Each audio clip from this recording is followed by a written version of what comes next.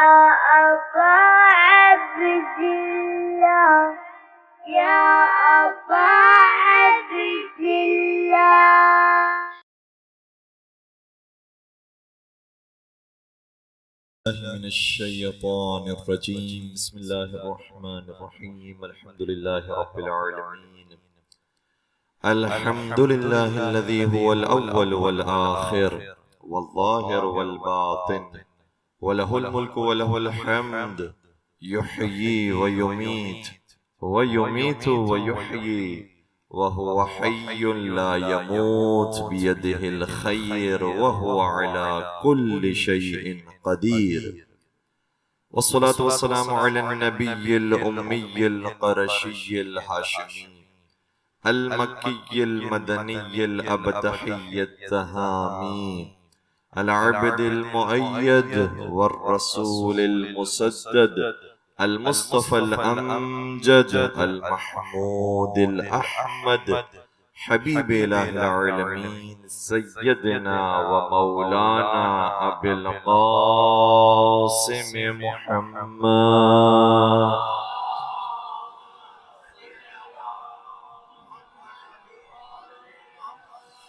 وعلى أهل بيته الطيبين الطاهرين المعصومين المظلومين الذين ذهب الله عنهم الرجس وطهرهم تطهيرا.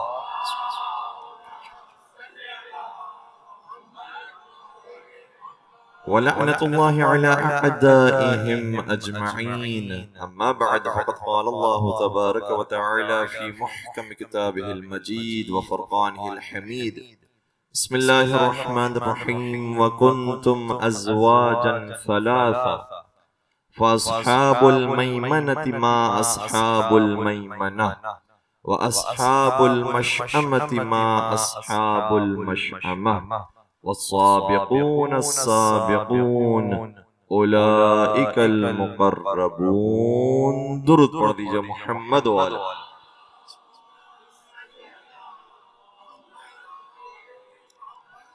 عزیزان گرامی قدر، آپ بخوبی جانتے ہیں کہ یہ عزا خانہ ویسے جب آباد ہوتا ہے تو ایسا آباد ہوتا ہے کہ جس کی برابری کرنے والا کوئی نہیں ہے، اور ماشاءاللہ سے اس عشر عزا کو کئی عرصہ ہو گیا ہے اور شاید دہائیاں گزر گئی ہیں کہ یہاں پر مسلسل عشر محرم الحرام اور عشر ماہ سفر میں بطور خاص جو عشر شروع ہوتا ہے وہ ربیع الاول کے اختتام تک جو ایام عزا کی تاریخ ہے وہاں تک چلتا ہے.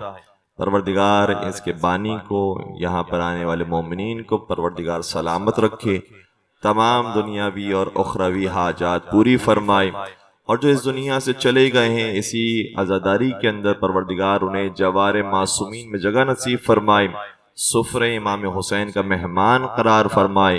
بطور خاص خانوادہ مسیب جنہوں نے اس عزاخانے کی بنیاد رکھی، پروردگار وہاں پر بھی انہیں مولا امام حسین کے ساتھ محشور فرمائے اور شفاعت محمد و آل محمد سے بہرمن فرمائے. مل کر ایک درود پڑھ دیجئے گا محمد و آل محمد.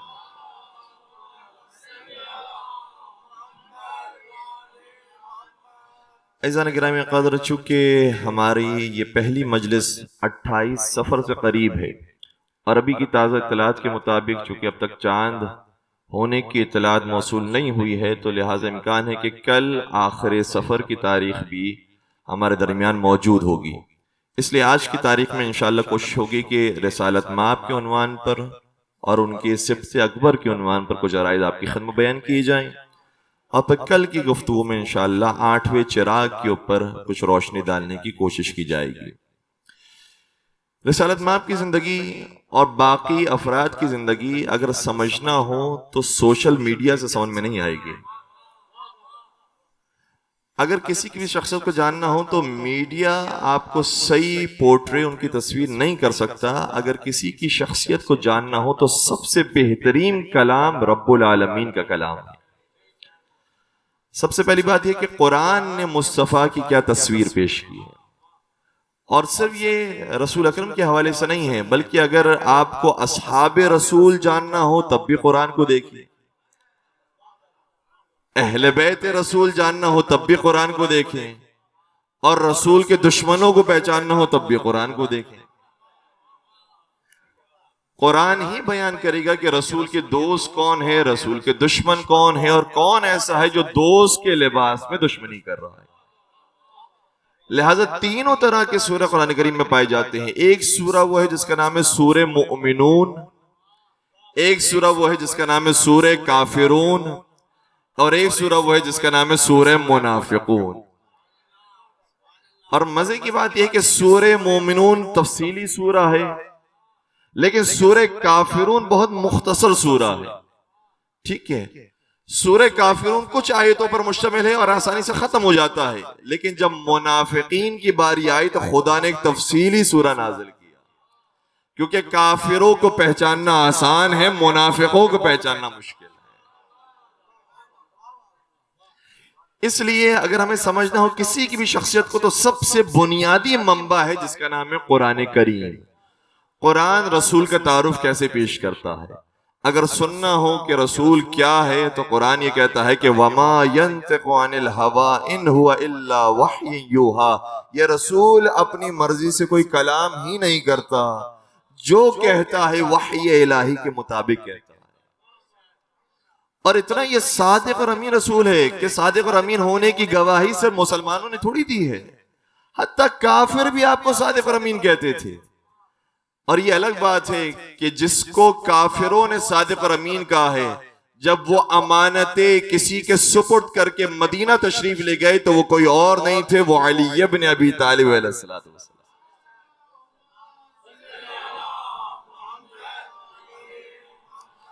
یا میں لفظوں کو تبدیل کروں تو کافروں کی نگاہ میں امین محمد ہوتے ہیں، اور محمد کی نگاہ میں امین علی ابن ابی طالب ہوتے ہیں۔ تو کافروں نے بھی آپ کو صادق اور امین کہا ہے، کافروں نے بھی آپ کی صداقت کی، آپ کی سچائی کی گواہی دی ہے، اور اسی پر مہر لگائی ہے قرآن کریم کی آیت نے کہ یہ کلام نہیں کرتا مگر وحی الہی کے مطابق۔ پھر جب آپ کے کردار پر بات ہوئی، آپ کی رفتار پر بات ہوئی، آپ کے اعمال پر بات ہوئی، تو پھر قرآن نے یہ گفتگو کی کہ وَمَا رَمَيْتَ إِذْ رَمَيْتَ وَلَكِنَّ اللَّهَ رَمَا، جو کنکریاں آپ کے دست مبارک نے پھینکی ہے وہ آپ نے نہیں، وہ اللہ نے پھینکی ہے۔ یہ رسول ایسا ہے جس کی گفتار بھی اللہ کی مرضی سے، جس کا کردار بھی اللہ کی مرضی سے، اور پھر پوری پیروی اور پوری اطاعت کے بارے میں خود قرآن کریم نے کہا کہ مَن یُطِعِ الرَّسُولَ فَقَدْ أَطَاعَ اللَّهَ، جس نے رسول کی اطاعت کر لی۔ ایسا نہیں کہ رسول کی 100% اطاعت کرنے کے بعد خدا کی 90% اطاعت ہو جائے گی، کہا نہیں، جس نے رسول کی 100% اطاعت کی اس نے گویا ہماری بھی 100% اطاعت کی۔ کیا رسول ہے! اور مجھے جملہ بدلنے دیجئے، اور جس نے رسول کی مخالفت کی اس نے پھر رسول کی نہیں، اس نے پھر خدا کی مخالفت کی۔ اور پھر اسی طریقے سے قرآن کریم نے کہا ہے کہ یہ رسول کوئی معمولی رسول نہیں ہے، یہ رسول ایسا جس کے بارے میں ہم یہ کہتے ہیں کہ وَإِنَّكَ لَعَلَىٰ خُلُقٍ عَظِيمٍ، آپ اخلاق عظیم پر فائز ہیں۔ کون کس کو عظیم کہہ رہا ہے؟ رب عظیم اپنے حبیب کے اخلاق کو عظیم کہہ رہا ہے۔ اس لیے ایک مرتبہ مولا متقیان امیر المومنین حضرت علی بن ابی طالب صلی اللہ علیہ وسلم کی خدمت میں یہودی آیا۔ یہودی آ کر کہنے لگا کہ یہ بتائیے کہ آپ کے محمد کیسے تھے، آپ کے رسول کیسے تھے؟ تو میرے مولا نے پلٹ کر ایک اور سوال کیا، پہلے بتا کہ دنیا کی نعمتیں تو شمار کر سکتا ہے؟ کہتے یہ تو میرے بس میں نہیں ہے، اور قرآن کی بھی آیت ہے کہ وَإِن تَعُدُّوا نِعْمَةَ اللَّهِ لَا تُحْصُوهَا، تم اللہ کی نعمتوں کو شمار بھی کرنا چاہو گے تم ختم ہو جاؤ گے۔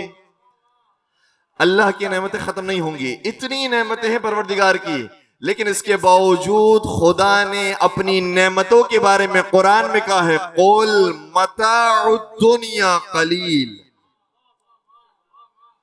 خدا نے دنیا کی نعمتوں کے بارے میں کہا ہے یہ ساری دنیا کی نعمتیں میرے نزدیک قلیل ہیں، اور جو دنیا کی نعمتوں کو قلیل کہہ رہا ہے اس نے اپنے حبیب کے اخلاق کے بارے میں کہا ہے وَإِنَّكَ لَعَلَىٰ خُلُقٍ عَظِيمٍ، اور آپ اخلاق عظیم پر فائز ہیں۔ میرے مولا نے پلٹ کر جواب دیا جب تو قلیل کو شمار نہیں کر سکتا تو میں عظیم کو کیسے شمار؟ کیا اخلاق ہے رسول اکرم کا! اور آپ کے بارے میں ملتا ہے کہ کان رسول اللہ من ازحق الناس، رسول اللہ سب سے زیادہ لوگوں میں مسکرایا کرتے تھے. جی مسکرانا بھی ایک صدقہ ہے. اگر کسی کے پاس مالی اعتبار سے موجود نہ ہو تو ایسا نہیں ہے کہ وہ صدقہ نہیں دے سکتا، یہ مسکرانا ہی صدقہ ہے. اور علی کے نام پر مسکرانا صدقے پر صدقہ ہے. تو اس لیے رسول اکرم کا کردار تھا، آپ مسکرایا کرتے تھے. لیکن ایک دن ایسا آیا، نبی اکرم نے شاہ فرمایا ابھی کچھ دیر کے بعد میرے پاس ایک شخص آئے گا، وہ مجھ سے تندی سے بات کرے گا، مجھ سے بدتمیزی سے کلام کرے گا، لیکن تم لوگ گھبرانا نہیں، اسے کہنے دیں. اور یہ رسول کا اخلاق ہے، اور یہی اخلاق آل رسول میں منتقل ہوا. اس لیے آپ دیکھیں گے سرکار حسن مجتبیٰ بھی ایک شامی آتا ہے، آپ کی شان میں، آپ کے آبا و اجداد کی شان میں غصاخی کرتا ہے، لیکن سرکار مسکراتے رہتے ہیں، یہاں تک کہ وہ اپنی ساری بڑاس نکال لیتا ہے تو وہ کہتے ہیں لگتا ہے تم مدینہ میں نیا آیا. اگر تم مسافر ہے، تیرا کھانا ختم ہو گیا ہے، ہمارا دسترخوان سجا ہوا ہے تیرے لیے. اگر تیرے پاس یہاں رہنے کی جگہ نہیں ہے، ہمارا گھر تیرے لیے حاضر. اور اگر تجھے کوئی مدینہ میں نہیں جانتا ہے تو میں تجھے پہچان گیا، تیری مجھ سے دوستی ہو گئی ہے. تو یہ وہی اخلاق تھا جو رسول اللہ کا اخلاق تھا. اور پھر آپ کو باقی ائمہ کے اندر بھی یہی اخلاق نظر آئے گا، لیکن ہمارا موضوع نہیں کہ ہمارے کی بات آپ کی خدمت بیان کریں. تو نبی نے فرمایا ایک شخص ابھی آنے والا ہے جو مجھ سے سختی سے بات کرے گا، تمہیں گھبرانے کی ضرورت نہیں ہے، اسے کہنے دینا. کچھ دیر نہیں گزری، اتنے میں ایک بدو عرب آیا، کہنے لگا بتاؤ تم میں محمد کون ہے؟ نبی نے فرمایا مہر المحلہ، تھوڑا آرام سے، تھوڑا آہستگی سے. جیسے اسے جملے سنے، بجائے اس کے کہ محبت پیدا ہو، کہنے لگا اچھا تو محمد ہے، میں نے صرف تیرا نام سنا تھا، تیری شکل نہیں دیکھی تھی. اس وقت سے مجھے نفرت ہو گئی جب سے تیرا نام سنا، اور جب تیری شکل دیکھی ہے میری نفرت میں اور اضافہ ہو گیا. کمال کا آدمی ہے، رسول کو دیکھنے کے بعد بھی کہتے میری نفرت میں، میرے بغض میں اور اضافہ ہو گیا. تو محمد ہے. میرے رسول نے کہا کہ کیوں مجھ سے نفرت کرتا ہے؟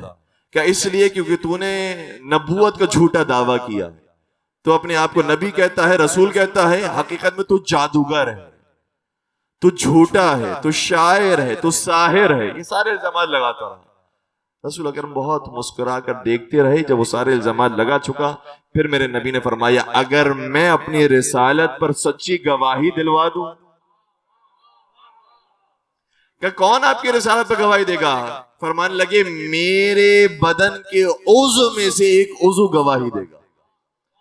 کہ اچھا زبان کے علاوہ کوئی عضو گواہی دے دے تو وہ ماننے کے لیے تیار ہو. کون سا عضو کلام کر سکتا ہے، گفتگو کر سکتا ہے؟ اب وہ انتظار میں تھا کہ شاید پیشانی مبارک سے کوئی جملے آئیں گے، سینے مبارک سے کوئی جملے آئیں گے، دست مبارک بولنے لگے گا، چہرے مبارک بولنے لگے گا. لیکن رسول اکرم نے اپنا جملہ آگے بڑھایا، کہا میں نے کہا تھا میرا عضو کلام کرے گا. اگر تو جاننا چاہتا ہے میرا کون سا عضو میری نبوت پر گواہی دے گا، میرا یہ 2 سال کا حسن گواہی دے گا. یہ میرا بیٹا حسن گواہی دے گا کہ میں رسول ہوں. کہنے لگا یہ 2 سال کا بچہ کیا بولے گا؟ جیسے ہی اس سے کہا 2 سال کا بچہ کیا کہے گا، امام حسن نے فرمایا مہلن مہلا، ذرا ٹھہر کر، ذرا آرام سے. اس کے بعد امام حسن نے گفتگو کرنا شروع کی. کہا ہمیں معلوم ہے، 2 برس کے بچے، کہا ہمیں معلوم ہے تیری قوم نے منصوبہ بنایا کہ میرے نانا کو شہید کریں، اور پھر تیرا انتخاب کیا گیا کہ تو جائے گا اور قتل کرے گا میرے نانا کو. جب تو نے رات میں سفر کا آغاز کیا تو مطلع صاف تھا، تجھے ستارے نظر آ رہے تھے، ستاروں کو دیکھتا دیکھتا تو سفر کرتا رہا، یہاں تک کہ مدینے کی طرف تو آنے لگا. اچانک موسم تبدیل ہوا، ہوائیں چلنے لگی، بادل آنے لگے، طوفان آ گیا، اور ایسی شدید بارش ہوئی کہ تیرے دل کے اندر شک پیدا ہوا کہ جو میں کام کرنے جا رہا ہوں وہ صحیح بھی ہے یا غلط. اللہ اکبر، جو دلوں کے راز سے واقف، کہ تیرے دل میں خیال آیا میں جو کام کرنے جا رہا ہوں وہ صحیح بھی ہے یا غلط. اس کے بعد بادل آ چکے تھے، تجھے راستہ معلوم نہیں ہو سکا کیونکہ اس ستاروں کو دیکھ کر تو آ رہا تھا، لہذا ستارے ڈھک گئے، چھپ گئے، تو نہیں پتا چل سکا کہ مدینہ کہاں پر ہے. لوگوں سے پوچھتا پوچھتا تو مدینہ میں آیا، اور مدینہ میں آ کر یہ کہتا ہے میرا نانا جھوٹا ہے. کہنے لگا یہ 2 برس کا بچہ جو عام طور پر بولتا نہیں ہے، یہ تو ایسے بول رہا ہے جیسے میرے ساتھ ساتھ سفر میں تھا. کہ ہو نہ ہو یہ بچہ بتا رہا ہے کہ آپ سچے رسول. اس لیے حسن مشتبہ کے کلام کو سن کر کہتا ہے اشہد ان لا الہ الا اللہ واشہد ان محمد رسول اللہ. میں گواہی دیتا ہوں کہ معبود حقیقی کے علاوہ کوئی معبود نہیں ہے اور آپ کے علاوہ اس دنیا میں کوئی رسول نہیں. مل کر ایک درود پڑھ دیجئے محمد و آل محمد.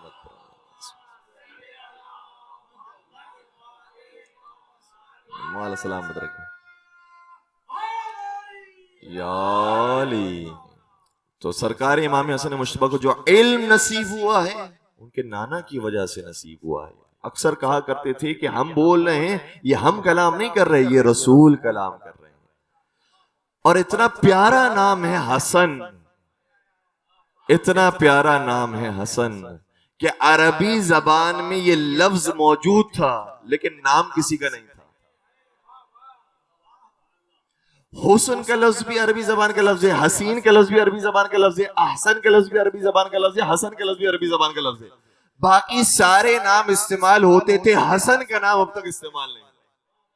کیوں؟ خدا نے نام اس لیے چھپا کے رکھا تھا کیونکہ وہ ذات ہی نہیں آئی جس کے لیے نام مناسب ہو. اور یہ نام ایسا ہی تھا جس طریقے سے خدا نے محمد کا نام چھپا کے رکھا تھا. محمد کا نام بھی اس سے پہلے کسی کا نہیں تھا، جبکہ محمد کا لفظ نکلا ہے حمد سے. حمد کا لفظ عربی زبان کے موجود ہے، حامد کا لفظ موجود ہے، محمود کا لفظ موجود ہے، لیکن محمد کا نام کسی پر نہیں تھا. کمال کی بات ہے، پروردگار نے گویا چھپا کر رکھا تھا. جب میں ذات محمد کو بھیجوں گا تب نام محمد کو بھی. اور پھر اسی طریقے سے جب ذات حسن کو بھیجا گیا تو نام حسن کو بھی بھیجا گیا. اور یہ نام خدا کو اتنا پسند آیا کہ دوسرے شہزادے کا کوئی اور نام رکھا ہی نہیں، نام رکھا حسین. حسین کہا جاتا ہے عربی میں چھوٹے حسن کو. ایک حسن ہے، دوسرا ہے چھوٹا حسن. اور یہ بھی یاد رکھیے گا جتنے بھی ہم فضائل مولا حسین کے سنتے ہیں نا، ماہ محرم میں مولا حسین کے فضائل سنے، جتنے بھی ہم نے فضائل سنے مولا حسین کے، حسین کو وہ فضائل بعد میں ملے ہیں، پہلے وہ فضیلت حسن کو ملی. ساری فضیلتیں پہلے امام حسن کو ملی ہے، پھر امام حسین کو ملی ہے.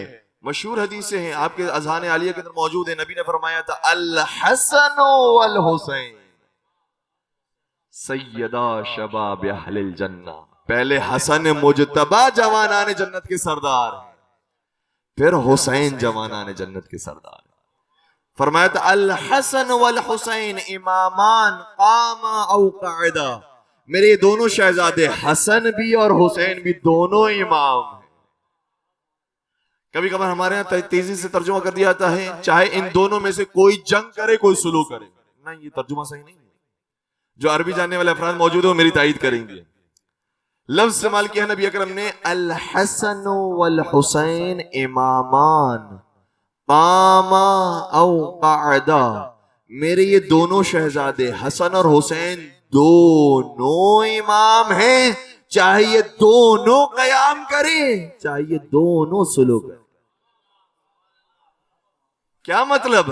یعنی اگر قیام کرے گا تو ایک قیام نہیں کرے گا، دونوں قیام کریں گے.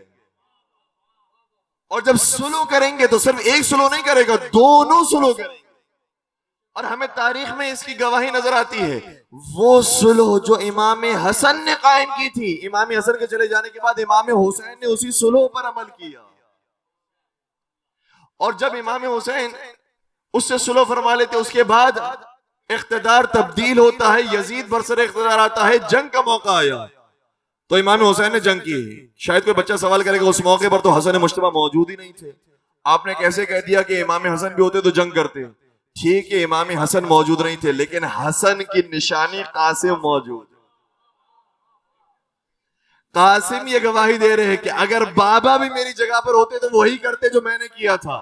اور اگر پھر بھی یقین نہ آئے تو قاسم کے ہاتھوں پر باندھا ہوا بازو بند بتا رہا ہے بیٹا اس وقت تمہارے لیے مشکل ہوگی جب تمہارے چچا فوج اشیاء کے نرگے موجود ہوں گے، میں موجود نہیں ہوگا، میری نیابت میں اپنی جان اپنے چچا پر قربان کر.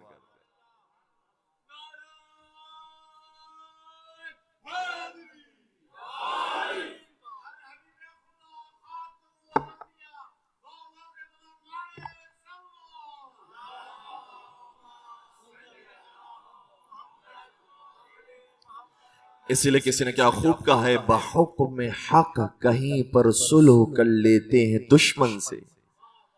بحکم حق کہیں پر صلح کر لیتے ہیں دشمن سے، کہیں پر جنگ خاموشی جواب سنگ ہوتی ہے.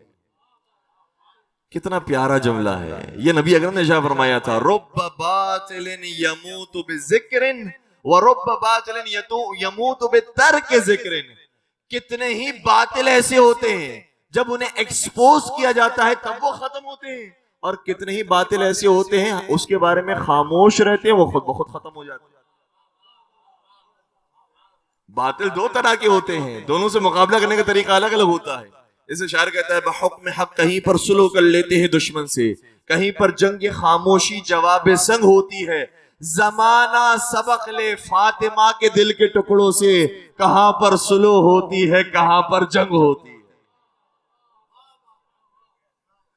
تو سرکار امام حسن مجتبی نے صلح جو فرمائی ہے اکیلے صلح نہیں فرمائی، ساتھ ساتھ حسین موجود. اور جو مولا حسین نے تلوار اٹھائی ہے، مولا حسین نے تلوار نہیں اٹھائی، اس موقع پر حسن مجتبی بھی ہوتے تو تلوار اٹھائی.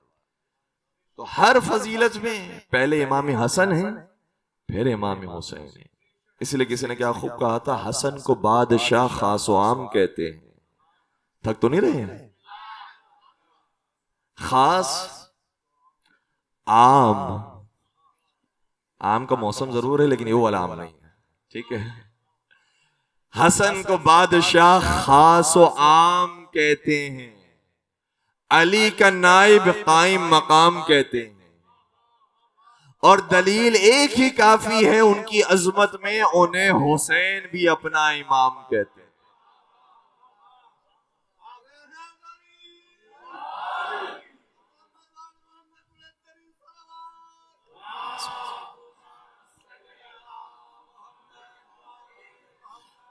تو ہر فضیلت پہلے امام حسن کو ملی ہے پھر امام حسین کو ملی ہے. جب اس شہزادے کی ولادت باسعادت ہوئی، قرآن نے تو ان کی تشریف آوری کا بھی ذکر کیا ہے. قرآن کہتا ہے، مرج البحرین یلتقیان. دو سمندر ہیں جو آپس میں ملتے ہیں. یہ وہ دو دریا نہیں ہیں، ٹھیک ہے، دو سمندر ہیں جو آپس میں ملتے ہیں. لیکن ایسا ملتے ہیں دو پانی، ایک کھارا پانی ہے ایک میٹھا پانی ہے، ملنے کے باوجود یہ الگ الگ رہتے ہیں. کمال ہے خدا کا کرشمہ. کتنے کرشمے ہمیں نظر آتے ہیں. ابھی جو کچھ سفر ہم نے کیے ہیں اس کے اندر عجیب و غریب ہم نے کرشمے دیکھے، اور انسان متوجہ نہیں ہوتا، ان چیزوں کو دیکھتا ہے تو متوجہ ہو جاتا ہے. وہ گائیں جو چارہ کھا رہی ہے، گھاس پھوس کھا رہی ہے، وہی گائیں کچھ دیر کے بعد اتنا پاکیزہ دودھ دیتی ہے. کیا کھاتی ہے اور کیا دنیا والوں کو دیتی ہے. یہ سارے کرشمے پروردگار کے. تو یہ دو پانی ہیں جو آپس میں ملتے بھی ہیں، بینہما برزخ لا یبغیان، لیکن دونوں پانی جدا جدا رہتے ہیں، ایک دوسرے پر بغاوت نہیں کرتے. فَبِأَيِّ آلَاءِ رَبِّكُمَا تُكَذِّبَانِ، تو تم اپنے پروردگار کی کون کون سی نعمتوں کو جھٹلاؤ گے. یخرج منہم اللؤلؤ والمرجان، اور پھر ان دو پانیوں میں سے جو چیز نکلتی ہے یا وہ سبز رنگ کا پتھر ہے یا وہ سرخ رنگ کا پتھر. ائمہ اچھارہ اسلام نے بیان کیا ہے کہ ان للقرآن بطنا وللبطن بطن. قرآن کریم کا ایک باطنی معنی بھی ہوتا ہے اور باطنی معنی کے بھی باطنی معنی. ایک تو اس کے ظاہری معنی ہو گئے کہ ہم نے دیکھا دو پانی ہیں، ایک کھارا پانی ایک میٹھا پانی آپس میں ملنے، لیکن اس کے باوجود جدا جدا ہیں. لیکن کہا نہیں، چھڑے سرکار نے بیان کیا ہے اور رسول اکرم کی روایت ہے. رسول اکرم کی روایت اہل سنت کتابوں کے اندر موجود ہے. در منصور میں علامہ سیوطی نے لکھا ہے، اور ہمارے پاس چھڑے سرکار حضرت امام جعفر صادق علیہ السلام کی روایت موجود ہے. رسول صادق بھی اور امام صادق بھی بیان فرماتے ہیں، یہ جو دو سمندر ہیں یہ کوئی اور سمندر نہیں، ہمارے دادا علی ابن ابی طالب کے فضائل کا سمندر. اور ہماری دادی حضرت فاطمہ زہرا سلام اللہ علیہا کے فضائل کا سبب.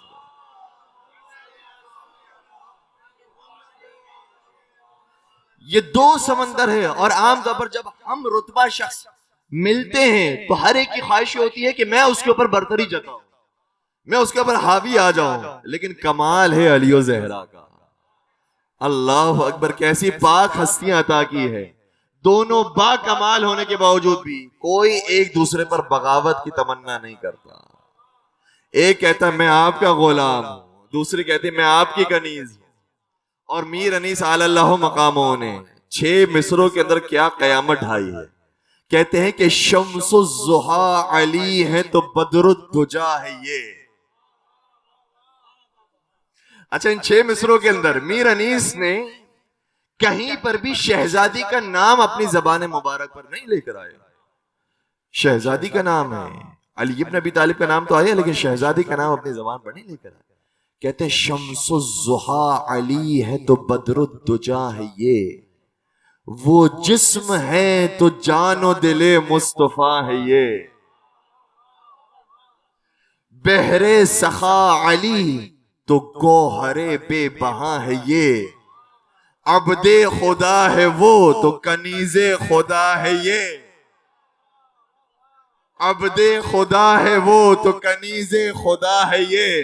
زاہد ہیں, حق پرست ہیں, خوشخو ہیں, نیک ہیں, دونوں خدا کے فضل سے رتبے میں ایک.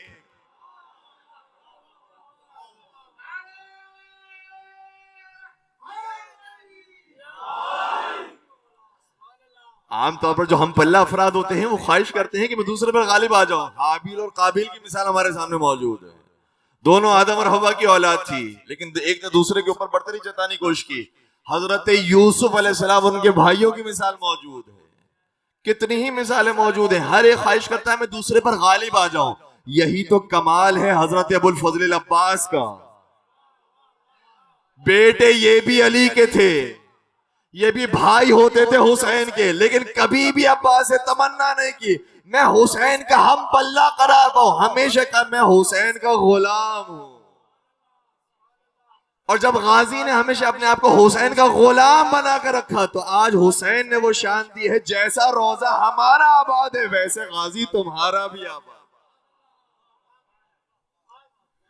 تو عام طور پر یہ خواہش ہوتی ہے جب ہم پلہ آ جائیں دوسرے پر برتری جتائیں. یہ علی و زہرا کی تربیت ہے. نہیں, ہم ایک دوسرے پر برتری جتانے کے لیے نہیں آئے ہیں. ہمارے درمیان وہ رسپیکٹ کا رشتہ, وہ پیار کا رشتہ, وہ محبت کا رشتہ باقی ہے کہ ہم ایک دوسرے کے اوپر بغاوت نہیں کرتے. یخرج منہم اللؤلؤ والمرجان. اور جب دو ہستیوں سے دو چیز برآمد ہوتی ہے تو وہ سرخ رنگ کا پتھر ہے یا سبز رنگ کا پتھر ہے. چھڑے سرکار فرماتے ہیں سبز رنگ کے پتھر سے مراد ہمارے چچا امام حسن مجتبی ہیں, اور سرخ رنگ کے پتھر سے مراد ہمارے دادا حضرت امام حسین علیہ السلام.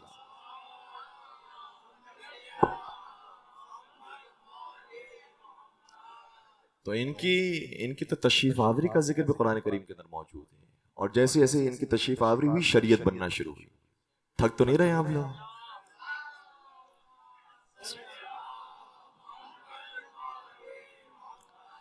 یہ پہلا شہزادہ تھا جس کے دائیں کان میں حضور نے آذان دی, بائیں کان میں حضور نے اقامت دی. اس کے بعد یہ شریعت کیسا بن گیا, اب رہتی دنیا تک کے مسلمان جب بھی ان کی کوئی بچے کی ولادت ہوگی آذان بھی دیں گے, اقامت بھی دیں گے, لیکن آذان و اقامت دیتے وقت وہ یاد کریں کہ یہ سنت کس کی سنت ہے.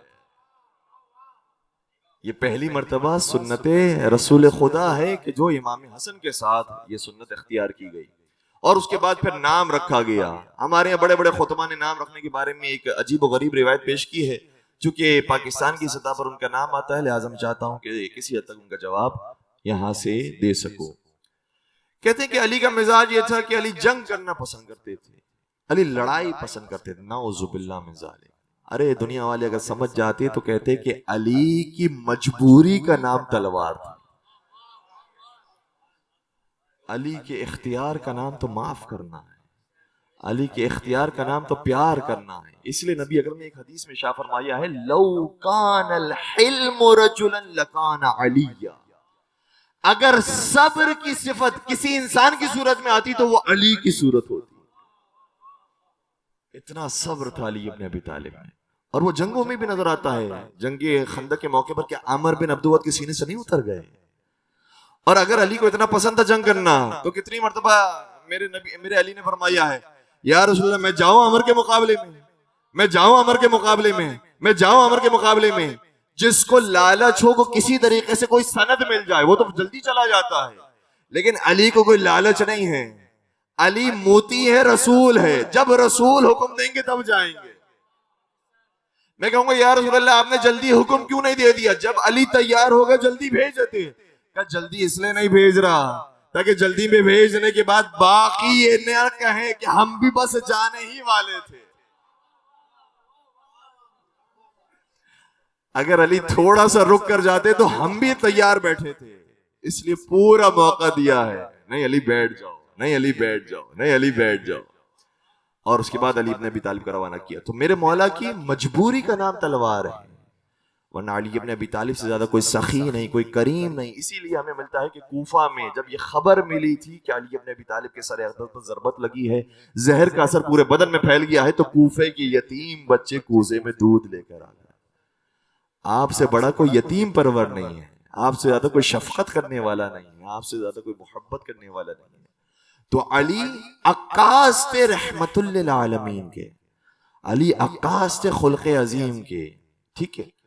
تو علی ابن ابی طالب نے کبھی نہیں سوچا ہے کہ میں لڑائی کرنے والا ہوں اس لیے اپنے بیٹے کا نام کیا رکھوں گا. کہتے ہیں بعض نے علی کی تمنا یہ تھی, بیٹے کی ولادت ہوئی, نام رکھنا چاہتے تھے حرب. حرب, حرب کا مطلب کیا ہوتا ہے؟ حرب کا مطلب ہوتا ہے جنگ. کہ علی کو جنگ بڑی پسند تھی اس لیے اپنے بیٹے کا نام رکھنا چاہتے تھے حرب. جب نبی کو پتا چلا نام حرب رکھنا چاہتے ہیں, نبی نے کہا نہیں حرب نام اچھا نہیں ہے, نام رکھو حسن. اچھا, کمال یہ ہو گیا جب دوسرے شہزادے کی ولادت ہوئی پھر کہتے ہیں علی کی تمنا یہ تھی کہ نام رکھنا چاہتے تھے حرب, اور دوسرے کا نام بھی رکھ دیا حرب. رسول نے کہا نہیں دوسرے کا نام حرب نہیں رکھو, نام رکھو حسین. میں آپ کے بیدار ایمان سے سوال کروں گا, اگر آپ کو بھی رسول ایک مرتبہ کہہ دیں اپنے بیٹے کا نام حرب نہیں رکھو, کیا دوسری مرتبہ نام رکھیں گے؟ ارے دنیا کا عام مسلمان یہ غلطی نہیں کرتا. جب ایک مرتبہ رسول نے منع کر دیا ہے تو دوسری مرتبہ وہی غلطی کرے. کیا اس کے بارے میں کہہ رہے ہو کہ وہ وہی غلطی کر رہا تھا جو مصطفیٰ کی جان ہے, جو نفس رسول ہے, جو نبی کی مثل ہے, جو نبی کا شبیہ ہے؟ کیسے ہو سکتا ہے کہ وہی غلطی کرے جس کے بارے میں نبی نے منع کیا تھا؟ اور اگر پھر بھی میرے جواب کا یقین نہ آئے تو اتنا یاد رکھیے گا, نبی موجود تھے جب تک حسن مجتبی 7 برس کے نہیں ہو گئے. اس کے بعد نبی وصال فرما گئے, اس کے بعد حضور اکرم موجود نہیں تھے. لیکن علی کو بعد میں بہت ساری اولادیں ملی. عباس ملے, جعفر ملے, جناب عثمان ملے جن کا نام عثمان بن مظعون کے نام پر عثمان رکھا گیا تھا, عبداللہ ملے, محمد حنفیہ ملے. علی کسی اور بیٹے کا نام حرب رکھ لیتے. اگر اتنا ہی جنگجوانہ مزاج تھا تو علی اپنے کسی اور بیٹے کا نام حرب رکھ لیتے. نام نہیں رکھ کر بتایا ہے میں حرب کے نام کو پسند ہی نہیں کرتا تھا, میں تو حسن نام پسند کرتا ہوں, میں تو حسین نام پسند کرتا ہوں. اور ہمارے پاس روایت موجود ہے جب اس شہزادے کی ولادت ہوئی شہزادی کونین نے فرمایا یا علی میرے اس شہزادے کا نام رکھیے. میرے مولا نے فرمایا اے بی بی چونکہ آپ نے نام رکھنے پر مجھ پر سبقت اختیار نہیں کی ہے تو میں کیسے اپنے نبی پر سبقت اختیار کر سکتا. اور پھر میرے مولا نبی کی خدمت میں حاضر ہوئے, کہا یا رسول اللہ آپ میرے شہزادے کا نام رکھیے. نبی نے بھی کیا غضب کا جملہ شاہ فرمایا, فرمانے لگے اے علی جب تم نے شہزادے کے نام رکھنے میں مجھ پر سبقت نہیں کی ہے تو میں اپنے رب پر کیسے سبقت کر سکتا. اس لیے رب اس بچے کا نام تجویز کرے گا, اور رب کی طرف سے نام آیا چونکہ علی کو وہی نسبت حاصل ہے جو ہارون کو موسیٰ سے تھی. علی ہارون زمانہ ہے, اور ہارون کے بھی 3 بیٹے تھے. ایک کا نام تھا شبر, دوسرے کا نام تھا شبیر, تیسرے کا نام تھا مشبر. کہ تیرے بھی 3 ہی بیٹے ہوں گے علی و زہرا سے. پہلے کا نام رکھنا شبر کے نام پر حسن, دوسرے کا نام رکھنا شبیر کے نام پر حسین، تیسرے کا نام رکھنا مشبر کے نام پر محسن، تاکہ تکمیل ہو جائے جو مقام ہارون کو موسیٰ سے حاصل تھا وہی مقام علی کو نبی کے حاصل ہے۔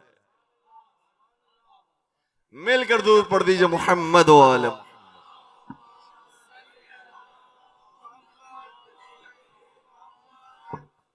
تو سرکار امام حسن مشتبہ دنیا میں آتے گئی، اور جیسے جیسے ان کی جوانی گزرتی گئی ویسے ویسے شریعت بنتی گئی۔ عقیقے کا حکم بھی پہلی مرتبہ امام حسن کو دیا گیا، پہلی مرتبہ امام حسن مشتبہ کا عقیقہ ہوا۔ اب بعض لوگوں کو نیاز حسین پر بھی اعتراض ہوتا ہے، غیر اللہ کی نیاز نہیں ہونی چاہیے۔ بھائی اپنے بیٹے کا عقیقہ کرو تو کوئی اعتراض نہیں، رسول کے بیٹے کی نیاز کرے تو اعتراض ہوتا ہے۔ اپنی مسجدوں کے لیے چندہ جمع کرو تو کوئی اعتراض نہیں، اور حسین کی عزاداری کے لیے نیاز ہو تو اعتراض ہوتا ہے۔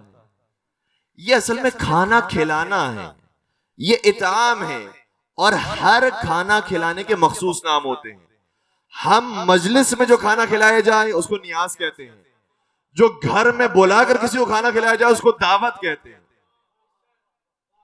جو ہر سال واجب مقدار میں کچھ کھلایا جائے نکالا جائے اس کو زکوٰۃ کہتے ہیں، جو مستحب نکالا جائے اس کو صدقہ کہتے ہیں، جو حج سے واپس آنے کے بعد کھلایا جائے اسے ولیمہ کہتے ہیں، جو شادی کے بعد کھلایا جائے اسے ولیمہ کہتے ہیں۔ اپنا ولیمہ کر لیتے ہو، شرم نہیں آتی، لیکن حسین کی نیاز کرتے ہوئے شرم آتی ہے۔ اور یاد رکھو، اگر ہم عزاداری پر خرچ کرتے ہیں اور کھلاتے ہیں اسے کہتے ہیں نیاز حسین، اور رجب کے مہینے میں جب خوشی میں کھلاتے تو کہتے ہیں اسے کونڈا امام جعفر صادق۔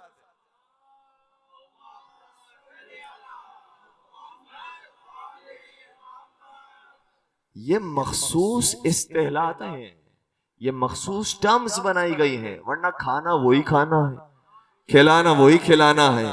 لیکن اگر عزاداری میں کھلایا جائے تو نیاز ہو جاتی ہے، خوشی میں کھلایا جائے تو کونڈے ہو جاتے ہیں، اور اگر یہ نیاز مشروب کی صورت میں پلائی جائے تو یہی سبیل حسین ہو جاتی ہے۔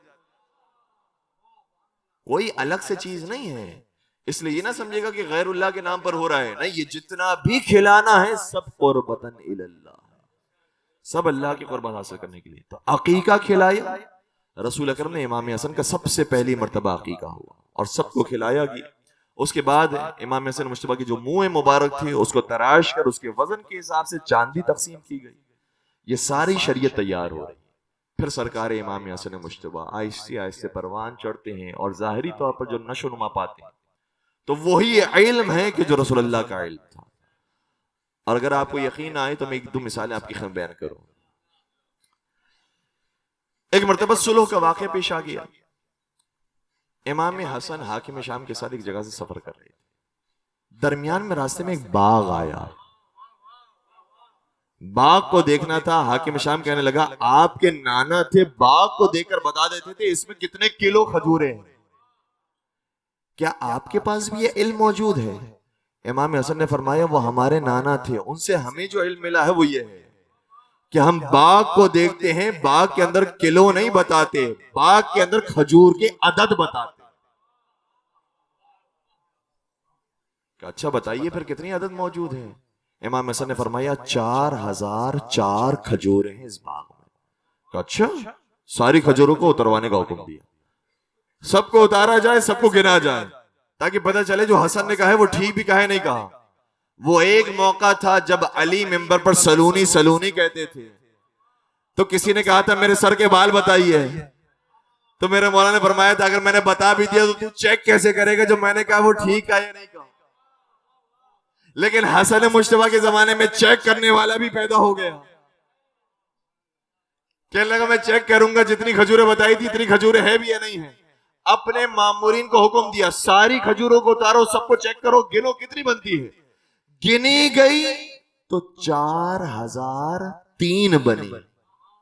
اب نہیں معلوم 3 کا عدد ان کے نام اعمال میں کیوں آ جاتا ہے۔ 4003 کھجوریں بنی۔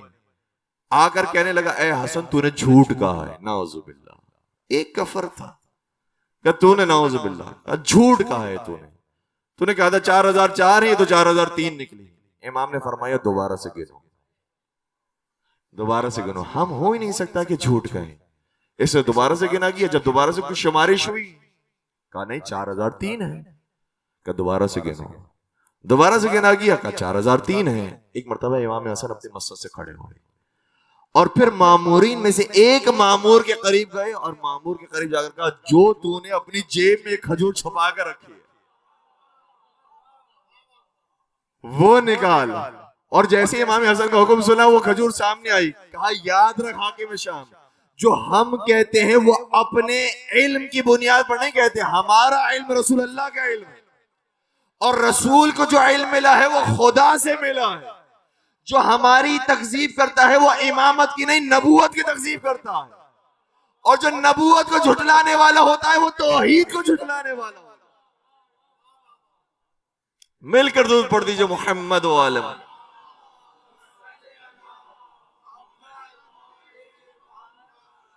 تو سرکار حسن مشتبہ کے پاس جو علم موجود ہے وہ رسول اللہ کا دیا ہوا علم ہے. اور جو لوگ یہ سمجھتے ہیں کہ امام حسن کا سید دسترخوان بچھا ہوتا تھا، سخاوت آپ کی بہت تھی، بڑے رحم دل تھے، بڑے نرم دل تھے، لیکن شجاعت آپ میں موجود نہیں تھی. شجاعت کے بڑے بڑے واقعات ہیں. اور میں کس کس واقعے کا ذکر کروں؟ نہج البلاغہ کے اندر باقاعدہ یہ روایت موجود ہے اور خطبہ موجود ہے. امام نے اپنے ایک بیٹے محمد حنفیہ سے کہا اے محمد حنفیہ جاؤ جنگ جمل کے اندر اس فتنے کو ختم کرو. اور جب بھیجا تو محمد حنفیہ کو سکھایا کہ جب جانا مقابلے پر تو پہلی صف پر نظر نہ رکھنا، آخری صف پر نظر رکھنا. جب مقابلے پر جانا تو یہ نہ سمجھنا کہ میں جا رہا ہوں، یہ سمجھنا کہ اللہ کی بیوی امانت جا رہی ہے. اپنے سر کو خدا کی بارگاہ میں امانت کے طور پر رکھوا کر پھر مقابلے پر جانا. پھر فرمایا جب جانا تو اپنے دانتوں کو پیس کر حملہ کرنا، اور جب جانا تو اپنے قدم کو جما کر حملہ کرنا. سارے آداب شجاعت محمد حنفیہ کو سکھائے. پھر کہا جاؤ بیٹا جاؤ. محمد حنفیہ گئے، نیزہ تھام کر گئے اور بھرپور حملہ کیا، بہت سو کو واصل جہنم کیا. لیکن جب فتنے کے قریب پہنچے اور نیزہ گاڑنا چاہتے تھے، اتنا شدید حملہ ہوا کہ ڈر کے پیچھے ہو گئے. اور پھر پیچھے ہوتے ہوتے خود اپنے بابا کی خدمت میں حاضر ہوئے. جب آ گئے میرے مولا نے کہا محمد حنفیہ کوئی بات نہیں. پھر کہا بیٹا حسن اب تم جاؤ. اور حسن کو نہیں سکھلایا کہ تجھے جنگ کیسے کرنی ہے، کیونکہ حسن نبی سے جانتے ہیں کہ جنگ کیسے کی جاتی ہے. اور حسن مشتبہ اپنے ہاتھوں میں نیزہ لے کر چلے اور پوری تیز رفتاری کے ساتھ اس فتنے تک پہنچے اور اس فتنے میں اپنا نیزہ گاڑ کر آئے. اور جب گاڑ کر واپس لوٹے تو سر فخر سے بلند تھا. محمد حنفیہ کا سر جھکا ہوا تھا اور یہ علی کی تربیت کا انداز تھا. کہا محمد حنفیہ تو پریشان نہ ہو، تو میرا بیٹا ہے، حسن نبی کا بیٹا ہے.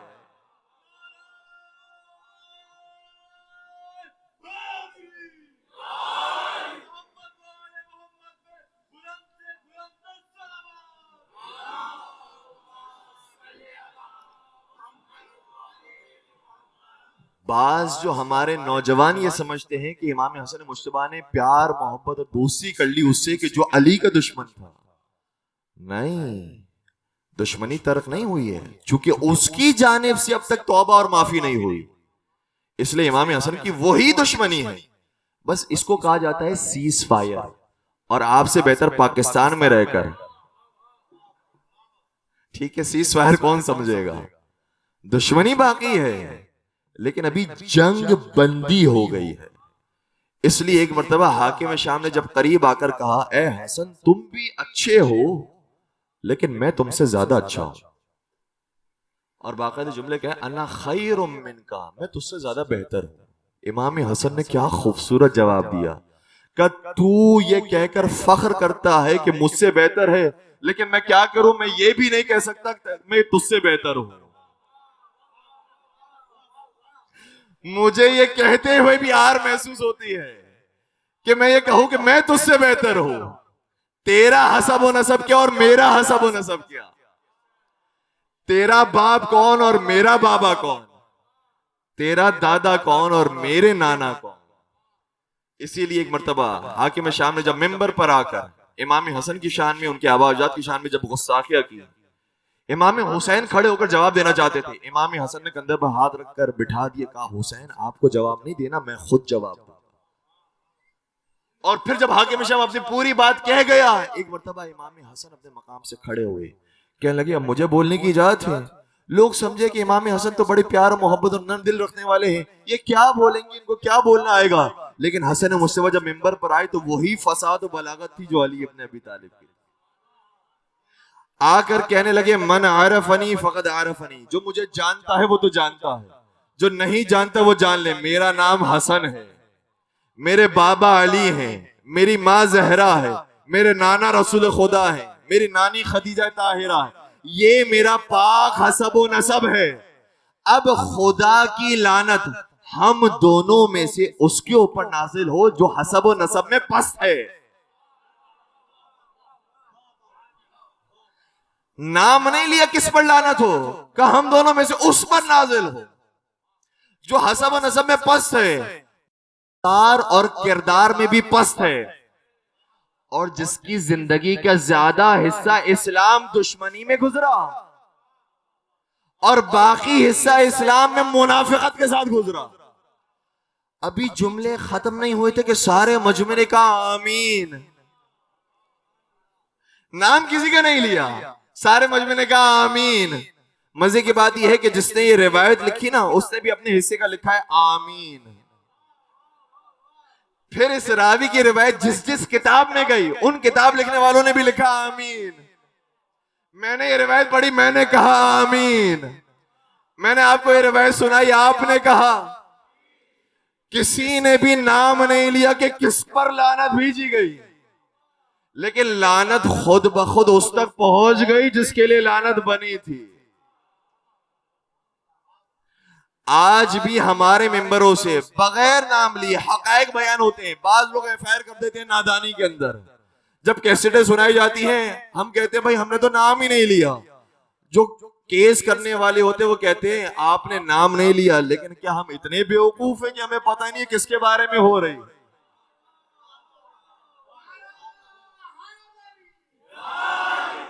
میں نے کہا جب آپ سب کچھ جانتے ہیں تو مانتے کیوں نہیں؟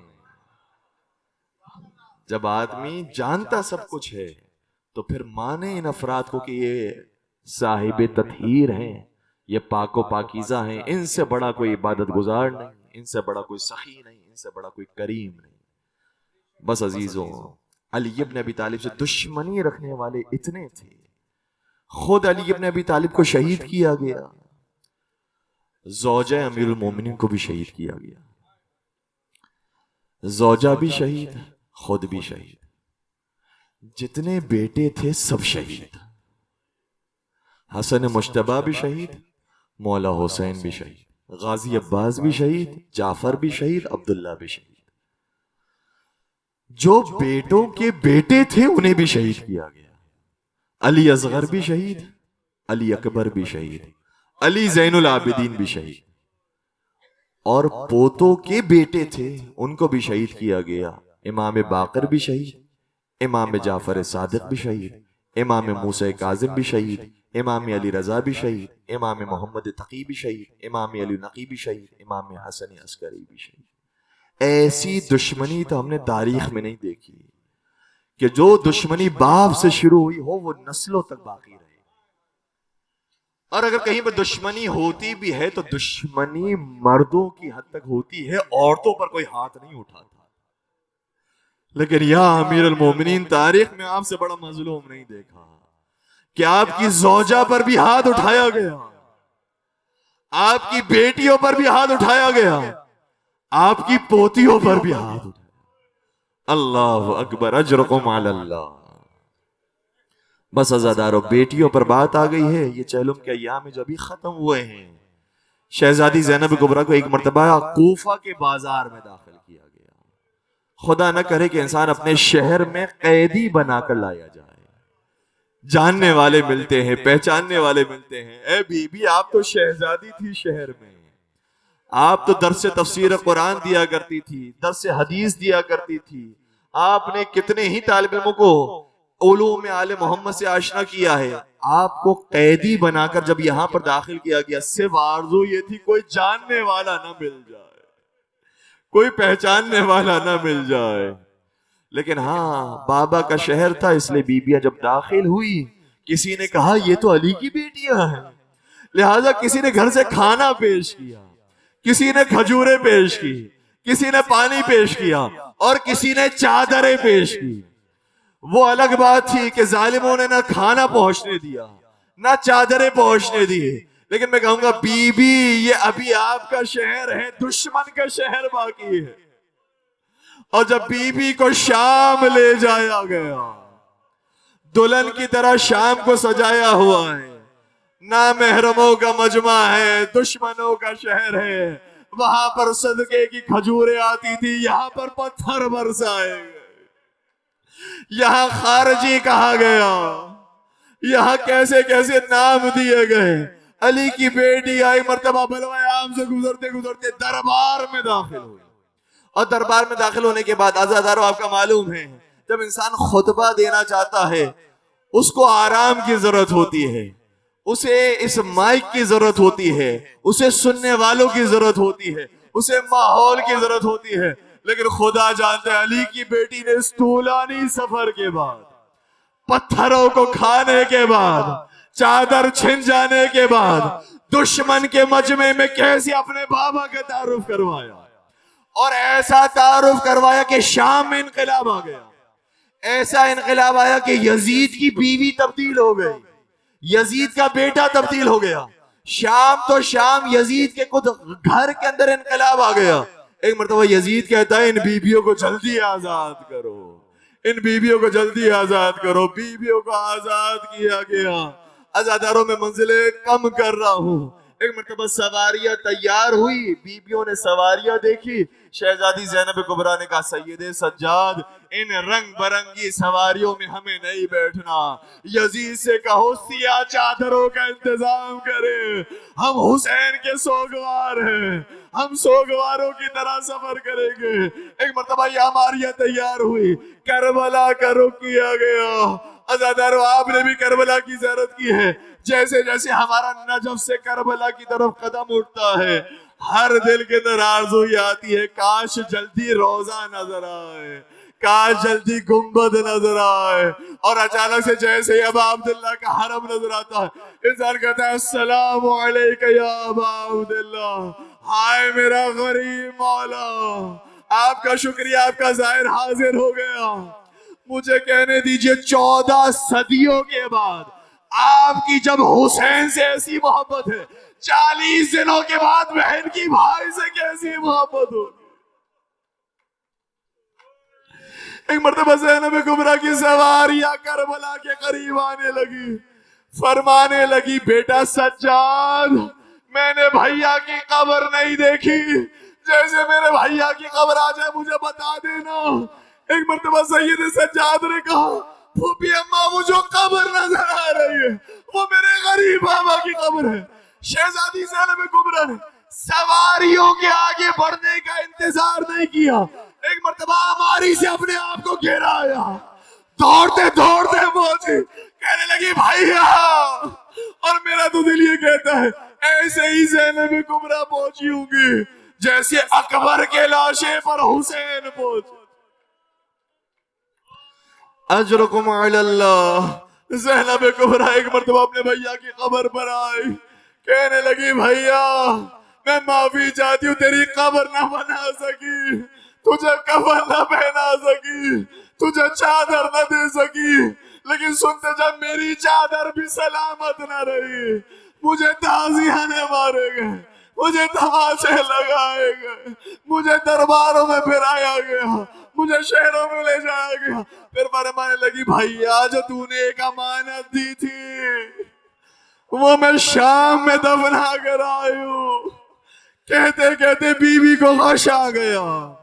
وہ بیوی جس کو نہ کوفہ میں غش آیا نہ شام میں غش آیا، ساری ذمہ داریاں نبھانے کے بعد کربلا میں غش آ گیا. ایک مرتبہ سید سجاد نے اپنی پھوپھی کو جگایا، پھوپھی اماں آپ تھوڑا سا سانس لیجئے، یہ میرے بابا کی خبر ہے، تھوڑا تحمل کیجئے. لیکن بیوی کو تحمل نہ ہوا، فوراً سے سوال کیا، بیٹا سجاد مجھے یہ بتاؤ، یہ تو میرے بھیا حسین کی قبر ہے، میرے بھیا عباس کی قبر کہاں؟